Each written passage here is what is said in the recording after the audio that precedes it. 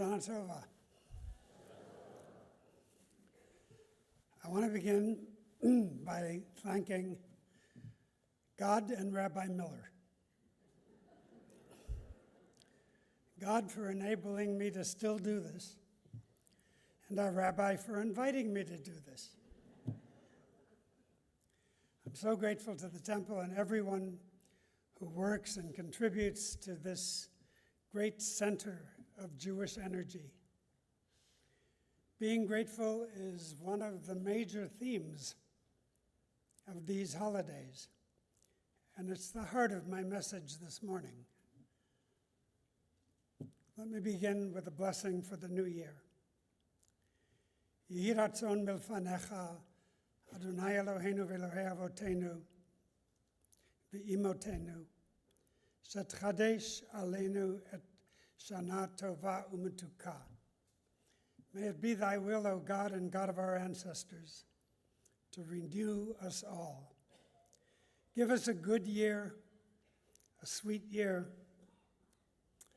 God's blessings be upon each of you and those you love for a year of health and satisfaction, a year of peace for us, for Israel, for all the world. Now, for ages, curious people have earnestly sought the answer to this perennial question. Is there some central office that tells rabbis what to talk about? Don't give out the secret.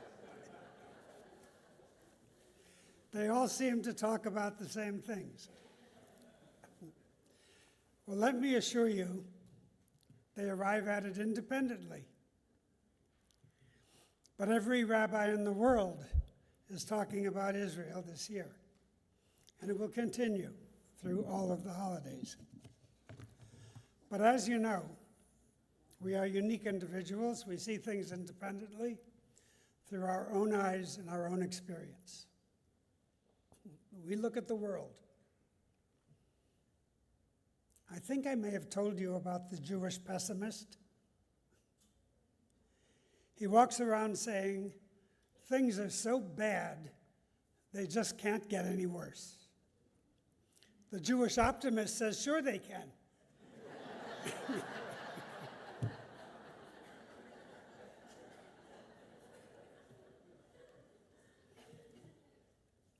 I have chosen to share my thoughts on how this war affects us personally. It does. To be honest, there is no agreement among American Jews on how this conflict should be handled,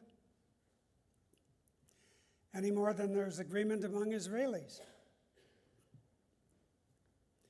There are political differences, there are generational differences, and there are religious differences.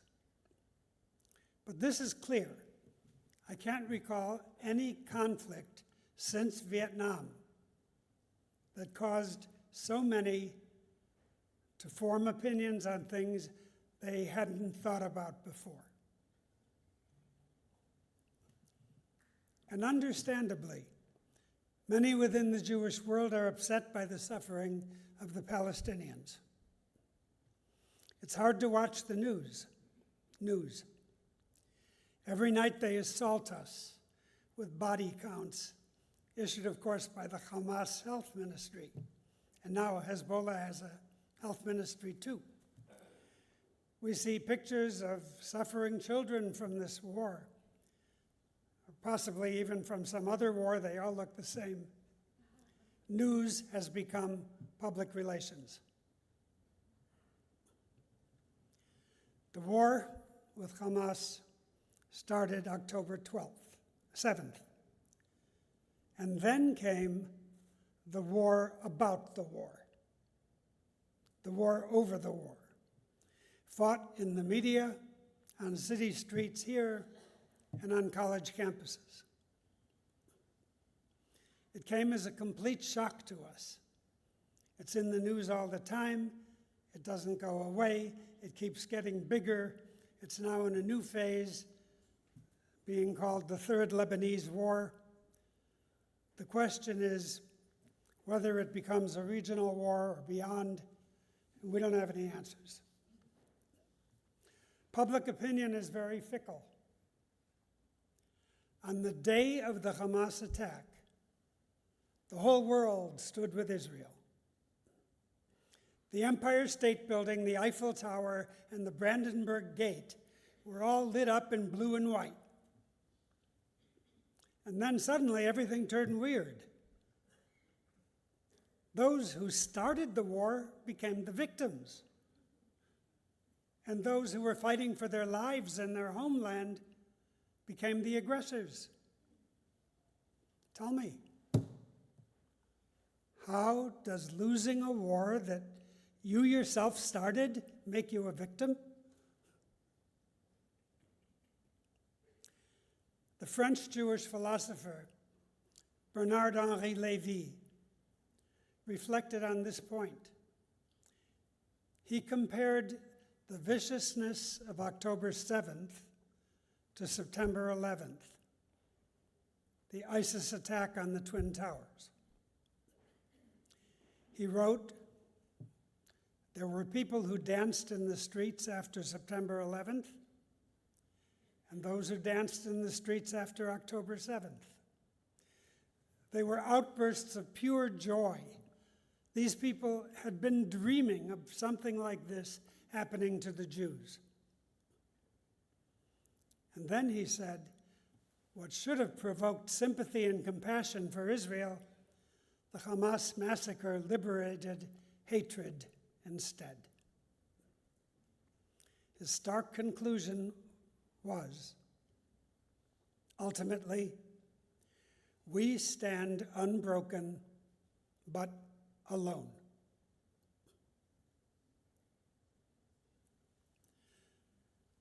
The world seems to accept the idea of Jews being victims, but is less comfortable with Jews defending themselves.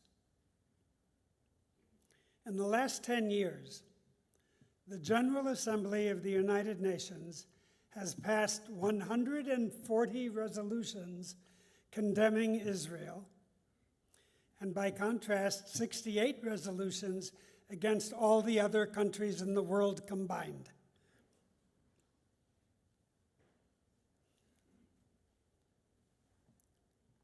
That's according to UN Watch, a watchdog organization. Only Israel has to be constrained by the European Union, the International Human Rights Commission, the International Court of Justice, and the UN Security Council. All of them fine people of clean hands and pure hearts.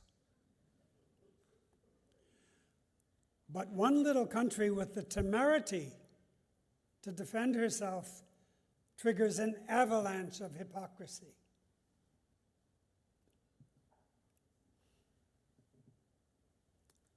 How about us? Let's be clear, the stakes are very high. Whenever it's about Israel, it's about us. You know, when people are talking about Israel, they are talking about us no matter how you feel about Israel. When anti-Semites march, they're marching against us.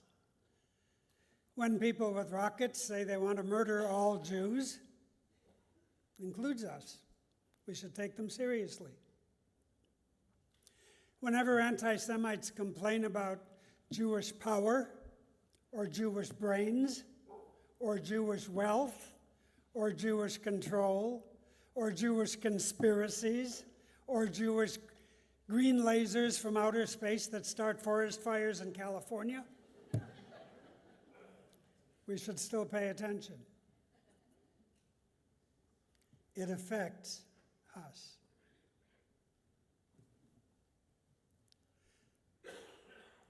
The world doesn't get it. The only goal of Israel is self-defense. The only goal of Hamas is genocide. Hezbollah has been shooting rockets onto the farms and villages of the Galilee for the past year, not since October 7th. And both of them are Islamic terrorist organizations dedicated to Israel's destruction. Amazingly to me, because I've met some, there are still some Jews who say it has nothing to do with me. You know, it's about those Jewy Jews who go to temple and contribute to Jewish causes. But not me. I don't care about any of that stuff. It doesn't apply. How sad. How stupid. For some Jews, October 7th felt like a distant echo of other times and other places. Times when Jews were powerless and nobody cared. Israel was the antidote to their powerlessness. Israel was the insurance policy, the safe refuge. Never again meant really never again.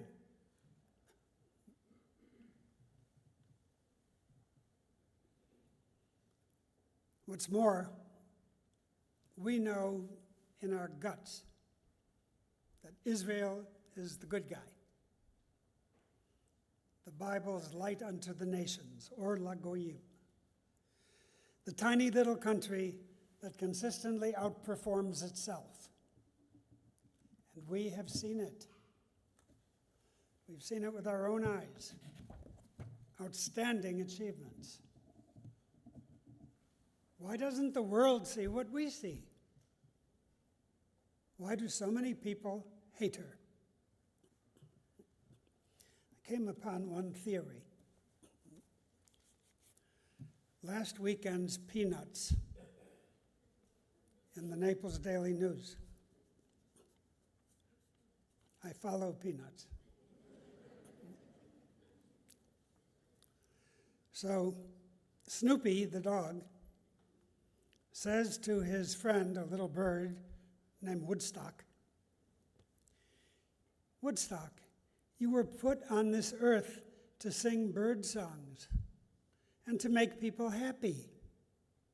In return, they shoot at you with BB guns and slingshots. And Snoopy then reflects, that has to be the worst bargain I've ever heard of in all my life. You sing pretty songs, and they shoot at you. Israel looks like little Woodstock. And Snoopy's right. It's not a good deal at all. And those campus demonstrators, I worry about our colleges. I've taught at two fine universities. I've got 2 grandchildren in college. I care deeply about their education. Didn't we teach our kids to be sympathetic toward those who suffer? People in Gaza and Lebanon are suffering. Those who are innocent, along with those whose hands are dripping with Jewish blood. But this is the reality of war. And this is what our campuses don't understand. War, I've seen one, is ugly. And this is what war looks like. I spoke with Dean Ronald Feldman of Columbia University. And we discussed this, and he posed this question. Perhaps our strong Jewish values regarding social justice are being applied too simplistically and in ways that work against our own self-interest. Nobody works against their own self-interest. And so there is a conflict. There is at least friction. We are compassionate people. We feel. They hurt. We understand. we taught our children well.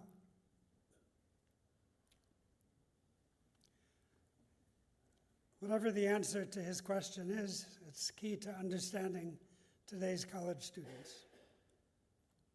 So what should we be doing about this? What can we do? We're up against a world that pulls surprises on us all the time. There's a story by Richard Osman in which a character named Bogdan explains how to play the game of chess. He said, "Chess is easy. All you have to do is make the best moves."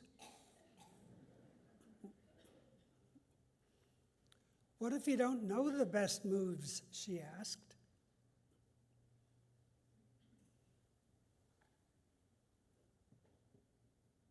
"Oh, then you lose." Doesn't life feel like that sometimes? A dangerous game that's too easy to lose? You can lose by accident. You can lose without knowing about it. Things go wrong, and the stakes are high. So that leaves us on edge and nervous and anxious and frustrated and uncertain. What can we do? Fortunately, today is the time. This is the place to look for answers. I know you expect me to say this, but don't knock it till you try it. What we're doing here is important. What we're doing here in this hour is important.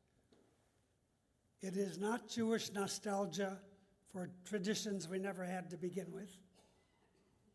It is knowing that we're part of something that's really big and really important and really powerful.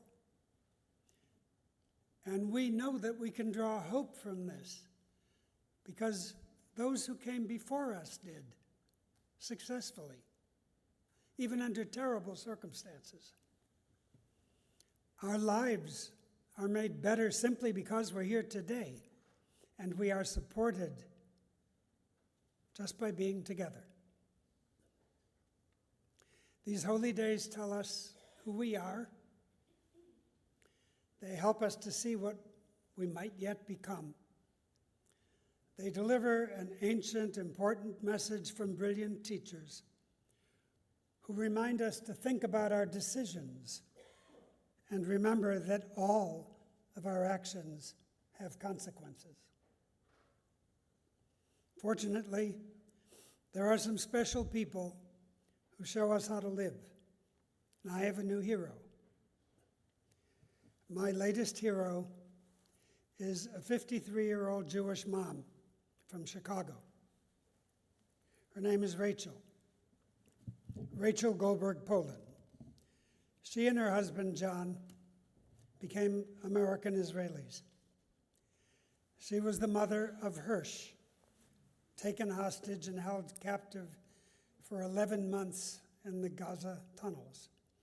Rosh, 23, became the face of the hostages. Rachel, his mother, became the face of the hostages' families. That is until a month ago, when Hamas murdered him along with 5 other young people. His funeral was held in Jerusalem. Thousands of people turned out. It's on YouTube, and all you have to do is search Hirsch's funeral, not even a last name. The opening speaker was the President of Israel, Isaac Herzog. In moving words, he apologized for the nation's failure to protect her citizens that day. Hirsch's father then spoke on behalf of the family. And then Rachel got up and delivered words no one ever expected to hear from a mother.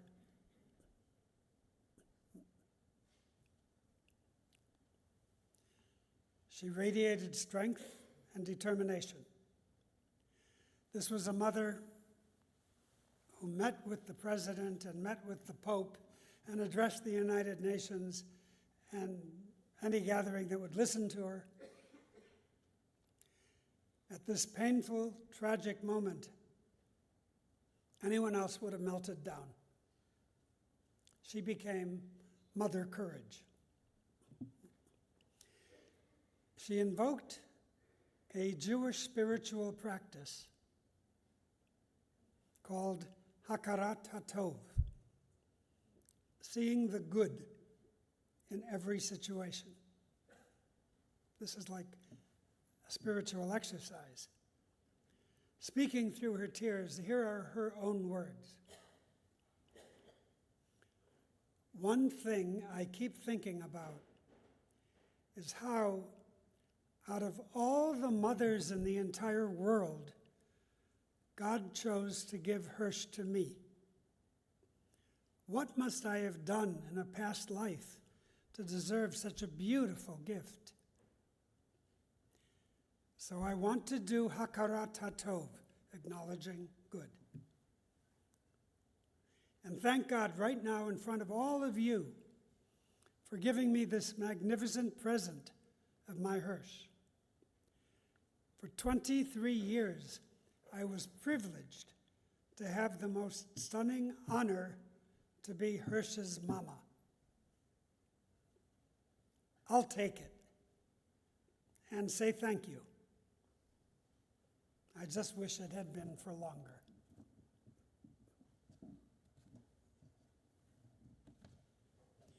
She displayed her strength by expressing her gratitude. And what is gratitude? Gratitude is this. It is recognizing what you have, not what you've lost, not what you lack. Repeat, it is recognizing what you have and not what you lack.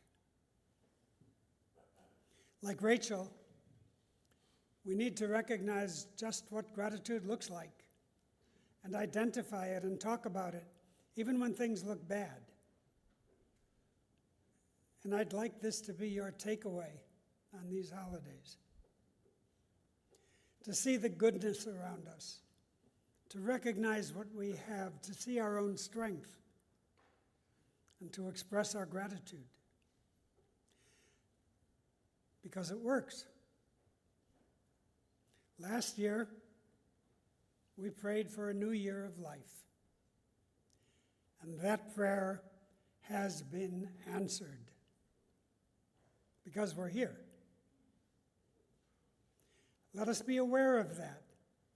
Let us be grateful for that. And let us give thanks because it's a terrific starting point.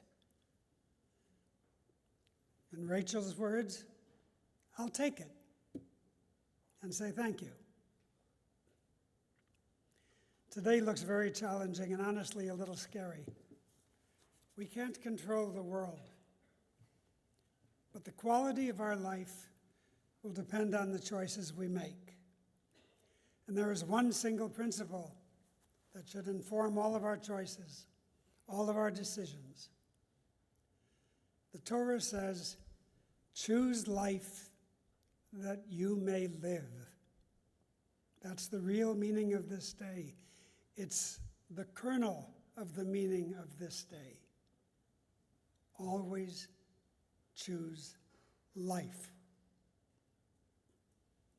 We will retain our focus and our courage. And remember, courage is contagious.